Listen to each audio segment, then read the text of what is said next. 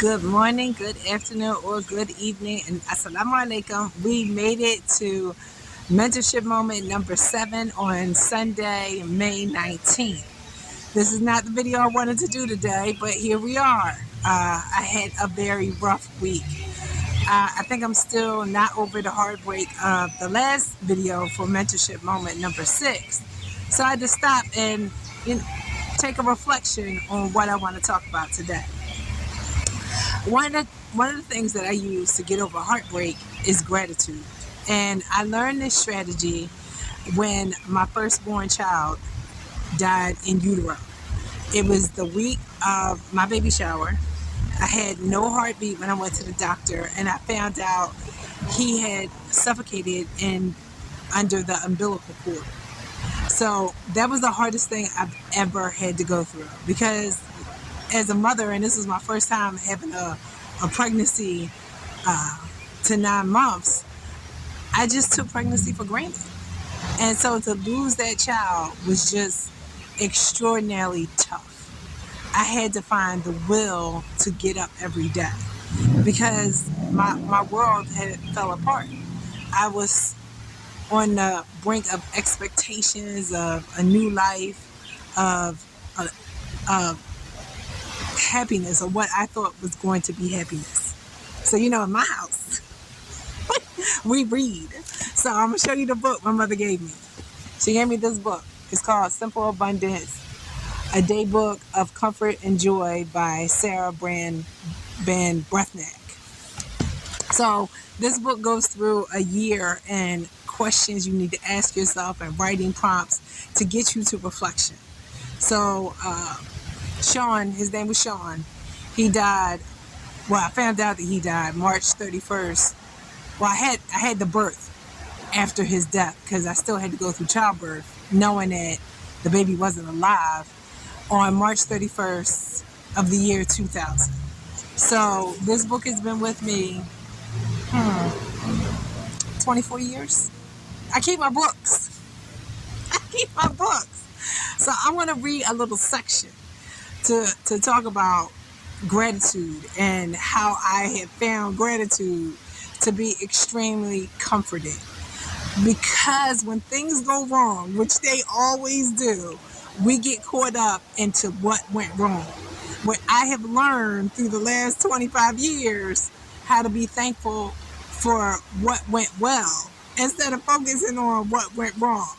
This week is hard. I had to self-medicate my therapy. I have not been to my yoga class, but inshallah, I will be at my yoga class soon. I don't know if it'll be this week, but I'll be there soon because I know I need it. I know I need to heal from this. And gratitude is one of the things I do.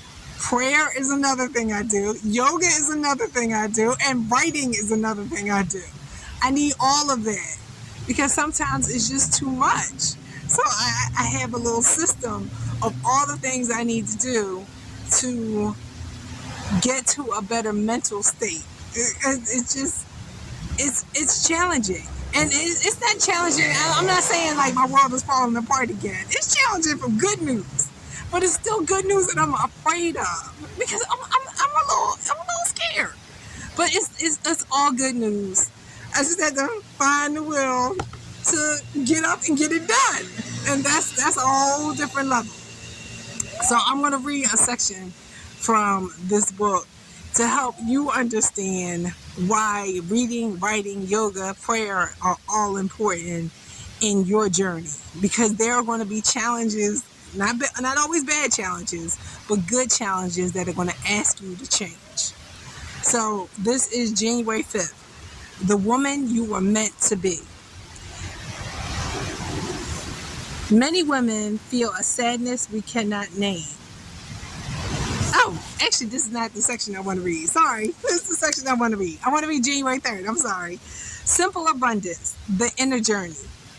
Simple, adjective, without embellishment, clarity of form and thought, fundamental. That's the definition for simple. Abundance, an ample quantity, profusion, wealth, plentifulness. Simple abundance. An inner journey, a spiritual and practical course in creative living, a tapestry of contentment. Today, I want you to become aware that you already possess all the inner wisdom, strength, and creativity needed to make your dreams come true. This is hard for most of us to realize because this source of unlimited personal power is buried so deeply beneath the bills, the carpool, the deadlines, the business trip, and the dirty laundry that we have difficulty accessing it in our daily lives. We can't access our inner resources. We come to the flawed conclusion that happiness and fulfillment come only from external events. That's because external events usually bring with them some sort of change. And so we've learned to rely on circumstances outside ourselves for forward or backward momentum as we hurtle through life. But we don't have to do that any longer. We can learn to be the catalyst of our own change. At the heart of simple abundance is an authentic awakening, one that resonates within your soul. You already possess all you need to be genuinely happy. The way you reach that awareness is through an inner journey that brings about an emotional, psychological, and spiritual transformation. A deep inner shift in your reality occurs, aligning you with the creative energy of the universe. Such change is possible when you invite Spirit to open the eyes of your awareness to the abundance that is already yours. There are 6 principles that will act as guides as we make our inner journey over the next year. These are the 6 threads of abundant living which, when woven together, produce a tapestry of contentment that wraps us in inner peace, well-being, happiness, and a sense of security. First, there is gratitude. When we do a mental and spiritual inventory of all that we have, we realize that we are very rich indeed. Gratitude gives way to simplicity, the desire to clear out, pare down, and realize the essentials of what we need to live truly well. Simplicity brings with it order, both internally and externally. A sense of order in our lives brings us harmony. Harmony provides us with the inner peace we need to appreciate the beauty that surrounds us every day. That's on that part. And beauty opens us up to joy. But just as with any beautiful needlepoint tapestry, it is difficult to see where one stitch ends and another begins. So it is with simple abundance. Pick up the needle with me and make your first stitch on a canvas of your life. Invite Spirit to open up the eyes of your inner awareness. Be still and wait expectantly, knowing that in the wrap and woof of your daily life as it exists today are the golden threads of a simple, abundant tomorrow. I just need to share that with you so you understand why gratitude leads to all the other beauties and joys and happiness and contentment.